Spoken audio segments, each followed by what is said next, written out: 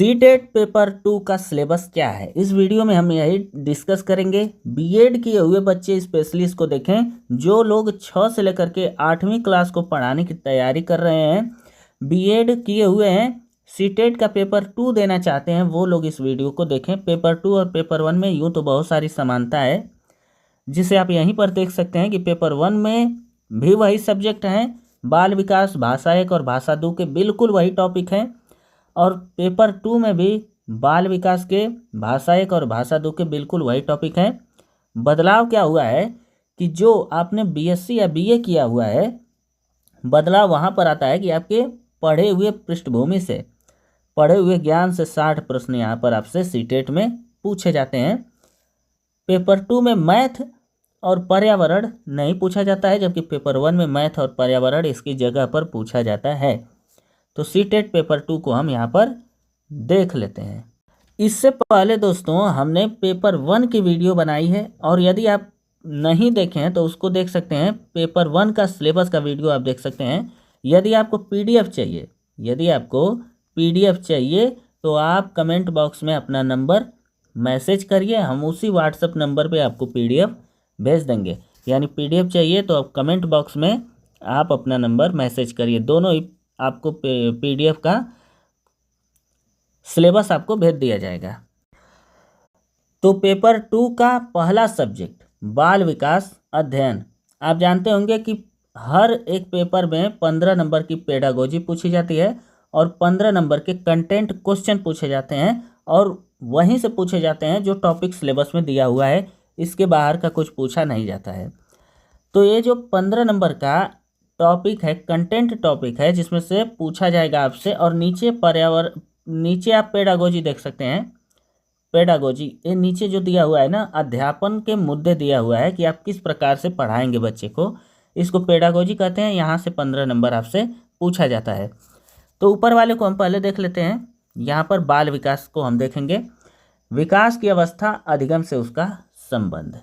विकास की अवस्था और अधिगम से उसका संबंध। यदि बच्चे का शारीरिक, मानसिक और भाषाई विकास अच्छे से हुआ है तो अधिगम यानी उसकी पढ़ाई, अधिगम मतलब पढ़ाई उसकी अच्छी हो जाती है, रिलेशन अच्छा होता है। कमज़ोर जो बच्चा होता है शरीर से ना, वो पढ़ने में भी कमज़ोर हो जाता है, इसलिए शरीर को फिट रखना बहुत ज़रूरी है। बालक के विकास के सिद्धांत, आनुवंशिकता और पर्यावरण का प्रभाव, समाजीकरण दबाव। समाजीकरण क्या होता है? जैसे ही बच्चा पैदा होता है तो लोग बोलते हैं इंजीनियर के जैसे दिख रहा है, डॉक्टर के जैसे दिख रहा है, मेरा बाबू है, मेरा बाबू है। तो इस समाजीकरण उसका होना शुरू हो जाता है। सामाजिक विश्व, बालक, शिक्षक, अभिभावक और मित्रगण, ये तीनों उसके विकास में और समाजीकरण में क्या क्या भूमिकाएं निभाते हैं, इसको आपको पढ़ना होगा। और पियाजे, कोहलबर्ग, वाइगोत्स्की, इन 3 मनोवैज्ञानिक को पढ़े बिना आप पेपर में जाइएगा मत, वरना फेल होकर के आएंगे। मान के चलिए आप फेल होकर के आएंगे। इन तीनों से ही लगभग 7 नंबर आपके बन जाएंगे। और भी मनोवैज्ञानिक हैं, जैसे चॉम्स्की जी हैं, बंडूरा हैं, और इनका सिगमंड फ्रायड है, वाटसन है। इन सबको भी आपको पढ़ना पड़ेगा। मनोवैज्ञानिक को पढ़ने के बाद सीटेट का पेपर जो सीडीपी है बहुत आसान हो जाती है। अब इसके बाद देखिए बाल केंद्रित प्रगामी शिक्षा की अवधारणा। बाल केंद्रित शिक्षा आपको देनी होगी, बच्चा केंद्र में रहेगा, बाकी सारी बातें दूर हो जाएंगी, ठीक है। बौद्धिकता के निर्माण का विवेचित संदर्भ, बौद्धिकता बच्चे की बुद्धि कैसे आप बढ़ाएंगे। बहुआयामी बौद्धिकता, मल्टीपल थ्योरी, हार्वर्ड गार्डनर ने बताया था इसके बारे में कि बुद्धि कोई एकल चीज़ नहीं होती है। बुद्धि कोई एकल चीज़ नहीं होती है, कई प्रकार के तत्वों के योग से मिलकर के बनती है आपकी बुद्धि। कई प्रकार के तत्वों के योग से बनती है बुद्धि। तो हार्वर्ड गार्डनर ने बताया, और बाकी लोग भी बहुत सारे बुद्धि पे कॉन्सेप्ट दिए हैं। भाषा और चिंतन, जीन पियाजे जी आ गए। जीन पियाजे ने बताया था भाषा और चिंतन कैसे काम करता है। समाज निर्माण के रूप में लिंग, भूमिका, पूर्वाग्रह और शैक्षणिक व्यवहार पढ़िएगा। शिक्षार्थियों के मध्य वैयक्तिक विभेद, भाषा, जाति, लिंग, समुदाय आदि को पढ़ लीजिएगा। अधिगम के लिए मूल्यांकन और अधिगम का मूल्यांकन विद्यालय में कैसे होता है। अधिगम मतलब पढ़ाई लिखाई का मूल्यांकन टीचर कैसे कर सकता है, इस पर फोकस होना चाहिए उसका। और उसके बाद अधिगम के लिए शिक्षार्थियों की तैयार कैसे आप कर सकते हैं, कक्षा में कैसे उसे बैठाना है, किस प्रकार की भाषा इन सब का प्रयोग करना है, ये भी आपको देखना पड़ेगा, पढ़ना पड़ेगा। इन सब की क्लास हम अपने चैनल पे कराएंगे, इसी यूट्यूब चैनल पे बिल्कुल फ्री ऑफ कॉस्ट एकदम से होगी। 100% ये सारी क्लास आपको मिलेगी, एक एक टॉपिक की क्लास आपको दी जाएगी, इसलिए चैनल पे आप जुड़ जाइए। ठीक है, अब आगे देखिए समावेशी शिक्षा क्या होती है। समावेशी शिक्षा उसको कहते हैं ना जिसमें गरीब अमीर, पिछड़ा बालक अगला बालक, पढ़ने में तेज बालक कमजोर बालक, शरीर से हष्ट पुष्ट और विकलांग बालक जब एक ही क्लास में बैठ करके पढ़ने लगे तो इसको कहा जाता है समावेशी शिक्षा। ठीक, इसको क्या कहा जाता है, समावेशी शिक्षा। अलग अलग पृष्ठभूमियों के बच्चे जो होते हैं उनको आप अधिगम कराते हैं तो क्या क्या कठिनाइयाँ आती हैं, यहाँ पर कठिनाइयाँ क्या क्या आती हैं इनको भी आपको देखना होगा। मेधावी बालक, सृजनशील बालक, विशिष्ट बालक, ये सारे बालक क्या होते हैं, इनको आपको पढ़ना पड़ेगा। और उसके बाद अध्ययन के मुद्दे यानी पेडागोजी। अब यहाँ से 15 नंबर का आएगा, ये जो इसके ऊपर था यहाँ से 15 नंबर का आएगा, अब यहाँ से भी 15 नंबर का आएगा। तो इस तरीके से बनेगा आपका 30 नंबर, कुल मिलाकर के 30 नंबर का पेपर आपका बनाया जाएगा बाल विकास अध्ययन में। तो बालक किस प्रकार सोचते और सीखते हैं, किस प्रकार सोचते और सीखते हैं, ये कैसे आप जज करेंगे। शिक्षण और अधिगम की बुनियादी प्रक्रिया क्या है, बालकों की अध्ययन कार्यनीतियाँ और सामाजिक क्रियाकलाप के रूप में अधिगम की क्या भूमिका है। आप समस्या समाधान उनका कैसा करेंगे, यदि बच्चा क लिखना नहीं जानता है तो किस प्रकार से उसकी समस्या को सुलझाएंगे। बच्चा एक छोटा वैज्ञानिक होता है, किसने कहा, जीन पियाजे जी ने कहा, इसे भी आपको इसमें पढ़ना पड़ेगा। इसके बाद देखिए बालकों की त्रुटियां, अगर बच्चा गलतियां करता है तो इसका मतलब वो कुछ सीख रहा है, अगर गलतियां नहीं कर रहा है तो इसका मतलब सीख नहीं रहा है।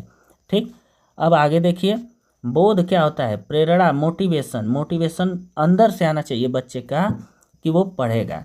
अधिगम में योगदान देने वाले कारक, निजी और पर्यावरणीय कारक।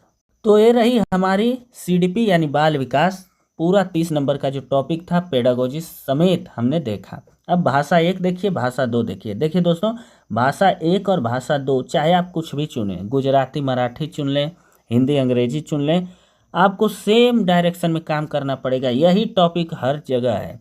तमिल वाली भाषा आप लें, मलयालम भाषा आप लें, उड़िया भाषा आप लें, कोई भी भाषा लें, यही वाले टॉपिक आपको पढ़ने पड़ते हैं। होता क्या है कि वो भाषा में लिखा होता है उसी वाले में जिसको आपने चुना होता है। अंग्रेजी चुन लेंगे भाषा 1 तो आपको अंग्रेजी का मिलेगा और उसको उसी तरह से हल करना पड़ता है। उसके बाद यहाँ पर आप देखिए कि यहाँ पे भाषा बोधगम्यता से आपके 15 प्रश्न आएंगे। हर भाषा में 15 प्रश्नों में आपके 2 पैराग्राफ होते हैं, 2 पैराग्राफ, और यहीं से 15 नंबर पूछा जाता है। उसी पैराग्राफ में आपको क्वेश्चन भी उसी से बनेगा और आंसर भी उसी पैराग्राफ को पढ़ करके आपको देना होता है, तो ज़्यादा कठिनाई नहीं होती है। इसमें साहित्य वगैरह से प्रश्न आते हैं, पद्य से प्रश्न आते हैं, 15 नंबर के होते हैं, उसी को पढ़ना है और उसी में से उत्तर को खोजना है। अब नीचे जब हम आते हैं तो 15 नंबर यहाँ से हिंदी में पूछा जाता है, भाषा कैसे पढ़ाएंगे, भाषा आप कैसे पढ़ाएंगे। तो भाषा अर्जन, नॉम चॉम्स्की जी ने भाषा अर्जन का कॉन्सेप्ट दिया है, उसे आप पढ़ेंगे कि भाषा बच्चा अर्जित कैसे करता है अपने पर्यावरण से। कोई स्कूल में नहीं सीखता, पैदा होते ही वो भाषा 1-2 वर्ष में बोलने लगता है।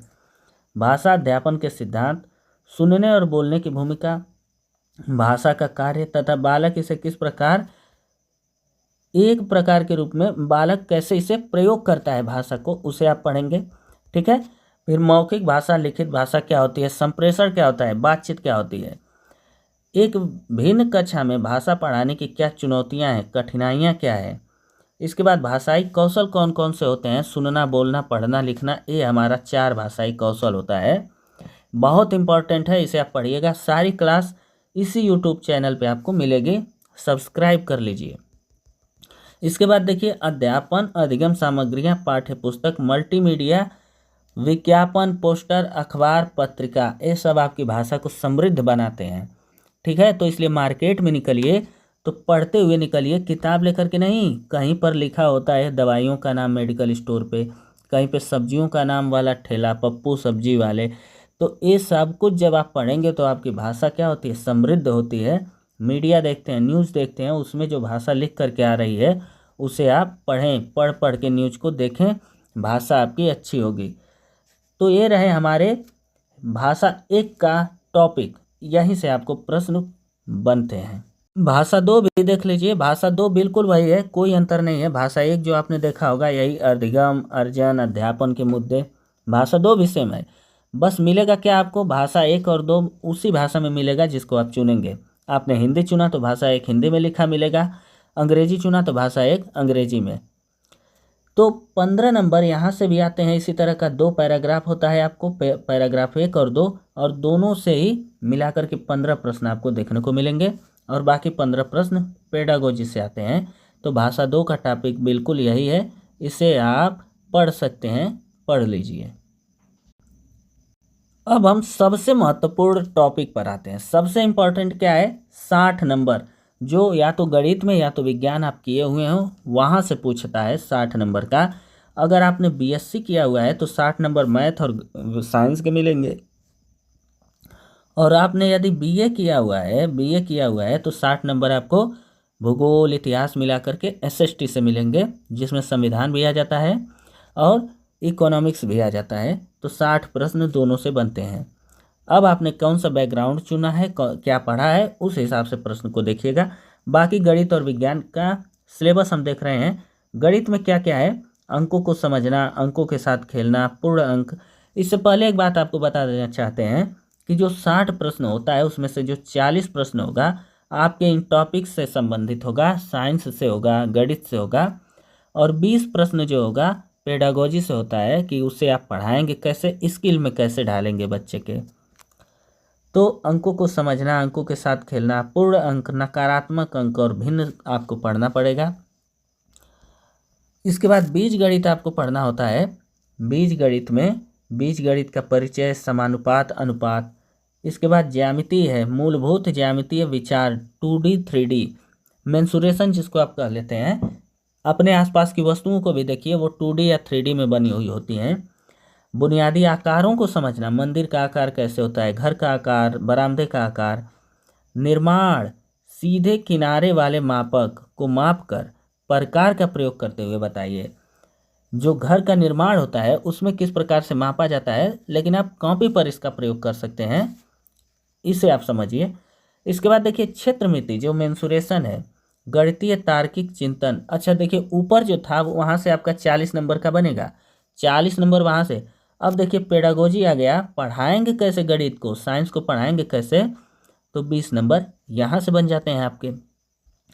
तो गणितीय तार्किक चिंतन कैसे करता है बच्चा, पाठ्यचर्या में गणित का स्थान क्या है, गणित की भाषा क्या होनी चाहिए, सामुदायिक गणित किसे कहते हैं, मूल्यांकन क्या होता है, और उपचारात्मक शिक्षण क्या होता है, इसे आप पढ़ लीजिएगा। उसके बाद देखिए साइंस भी तो आपसे पूछा जाएगा, उसी 40 नंबर में साइंस भी रहता है। भोजन के स्रोत, भोजन के कौन कौन से स्रोत होते हैं। कुछ भोजन पेड़ पौधों से प्राप्त होते हैं, कुछ भोजन को हम बोते हैं खेतों में, कुछ पालक का पत्ता होता है। न्यूट्रिएंट्स के लिए कुछ जानवरों को मछली अंडा खाते हैं लोग। भोजन स्वच्छ कैसे रखेंगे। सामग्री जैसे दैनिक प्रयोग में जीव जंतुओं की दुनिया क्या होती है। सचल वस्तुएं और लोक विचार क्या होते हैं। सचल वस्तुएं जो चलती हुई हैं, चीज़ें कैसे काम करती हैं, इसके बारे में आपको पढ़ना पड़ेगा। इसके बाद विद्युत, करंट, सर्किट, इन सब के बारे में भी पढ़ना पड़ेगा। चुंबक क्या होता है, प्राकृतिक पद्धति, प्राकृतिक संसाधन। और अब साइंस को अध्यापन संबंधी मुद्दे, विज्ञान की प्रकृति, प्राकृतिक विज्ञान का लक्ष्य, विज्ञान की सराहना, दृष्टिकोण क्या होता है, विज्ञान का प्रयोग क्या होता है विज्ञान के। इसका स्क्रीनशॉट ले लीजिए, या पीडीएफ चाहिए तो आप अपना नंबर कमेंट बॉक्स में मैसेज कर दीजिएगा। अभिनवता क्या होती है, पाठ्यचर्या सामग्री क्या होती है, मूल्यांकन क्या होता है, समस्या क्या होती है, उपचार कैसे कहते हैं। इसके बाद देखिए यहाँ ऊपर जो हमने देखा गणित का और साइंस का मिलाकर के 60 प्रश्न कैसे पूछे जाएंगे, वो इस प्रकार से पूछे जाएंगे। 40 प्रश्न आपके गणित और विज्ञान से होंगे और 20 प्रश्न गणित और विज्ञान की पेडागोजी से संबंधित होते हैं। अब हम एसएसटी देखते हैं, जिन बच्चों ने बीए किया हुआ है उनसे क्या पूछा जाता है। तो बीए किए हुए हैं, बहुत ही ज़्यादा इसका सिलेबस है, बहुत ज़्यादा है। देखिए इतिहास में कब, कहाँ और कैसे, एनसीईआरटी से सब कुछ पूछा जाता है, क्लास भी चलाई जाएगी इसकी, इसे आप ध्यान से देखिए। इसका एमसीक्यू टाइप का क्वेश्चन कई हजार हम कराने वाले हैं, करीब 2 से 3 हजार इसका प्रश्न का MCQ का आंसर हमारे चैनल पे होगा, सब्सक्राइब कर लीजिए। कब कहाँ कैसे प्रारंभिक समाज, प्रथम कृषि चरवाहे, प्रथम शहर, प्रारंभिक राज्य, नए विचार, प्रथम साम्राज्य, सुदूरवर्ती भूभागों से संपर्क कैसे होता है। उसके बाद नए सम्राट और साम्राज्य, दिल्ली सल्तनत के सुल्तान, वास्तुकला, साम्राज्य का सृजन, सामाजिक परिवर्तन, क्षेत्रीय संस्कृतियां, कंपनी का शासन जब अंग्रेज आ गए, ग्रामीण जीवन, उपनिवेशवाद और जनजातीय समाज, 1857-58 का विद्रोह, महिलाएं और सुधार, जाति व्यवस्था को चुनौती, राष्ट्रवादी आंदोलन, स्वतंत्रता के पश्चात भारत। ये सब टॉपिक इतिहास के हैं, इसे देखिएगा। अब भूगोल में आपको क्या क्या पढ़ना है। भूगोल में एक सामाजिक अध्ययन और एक विज्ञान के रूप में भूगोल। देखिए, भूगोल को मदर ऑफ ऑल साइंस कहा जाता है, सबसे बड़ा विज्ञान है भूगोल। ग्रह, सौरमंडल, पृथ्वी, ग्लोब अपनी समग्रता में पर्यावरण, प्राकृतिक और मानव पर्यावरण, वायु क्या है, जल क्या है, इन दोनों का मनुष्य जीवन में योगदान, मानव पर्यावरण, बस्तियां और संसाधन प्रकार, प्राकृतिक और मानवीय, कृषि क्या होती है, इसे आपको पढ़ना पड़ेगा। इसके बाद देखिए, सामाजिक राजनीतिक जीवन जिसे संविधान कहा जाता है, ये भी NCERT से ही पूछा जाएगा। 8वीं लेवल की NCERT आपकी होती है। विविधता, सरकार, आजीविका, लोकतंत्र, राज्य सरकार, मीडिया को समझना, लिंग भेद, संविधान, ये सब क्या है, इसको पढ़िएगा। इसके बाद देखिए, न्यायपालिका, संसद की सरकार, हमारा संविधान, सामाजिक न्याय, ये टॉपिक आपको पढ़ने पड़ेंगे। अब अध्यापन संबंधी मुद्दों को हम देख लेते हैं कि हमारे अध्यापन संबंधी मुद्दे कौन कौन से हैं। सामाजिक विज्ञान की अवधारणा क्या होती है, कक्षा की प्रक्रियाएं क्या होती है, विवेचित चिंतन क्या होता है सामाजिक अध्ययन के रूप में, पूछताछ क्या होता है, सामाजिक विज्ञान सामाजिक अध्ययन को पढ़ाने में समस्या कौन कौन सी आती है, स्रोत क्या होता है, स्रोत किसे कहते हैं। हाँ, स्रोत बहुत इंपॉर्टेंट है कि कोई खबर अगर कहीं से आई है तो वो किस स्रोत से आई है, स्रोत का पता लगाओ, सब कुछ समझ में आ जाता है। प्राथमिक और माध्यमिक, प्रोजेक्ट कार्य और मूल्यांकन। तो ये रहा हमारे SST का सिलेबस 60 नंबर का, जिसमें से 40 नंबर ऊपर वाले सेक्शन से आपको मिलेंगे और 20 नंबर इसी वाले सेक्शन से मिलेंगे। और कितना कम आपको पढ़ना है, केवल थोड़ा सा इतना ही पढ़ के 20 नंबर आ सकता है। तो पेडागोजी पे आपका विशेष फोकस होना चाहिए। बाकी सब एक चीज़ आप देख लीजिए, जो हमने कहा है कि 1 से लेकर के 8वीं तक की NCERT आपको पढ़नी पड़ेगी। NCERT से सारे प्रश्न आपके बनेंगे। तो हमारे चैनल पे जुड़िए, क्योंकि यही NCERT का हल आपको कराया जाएगा।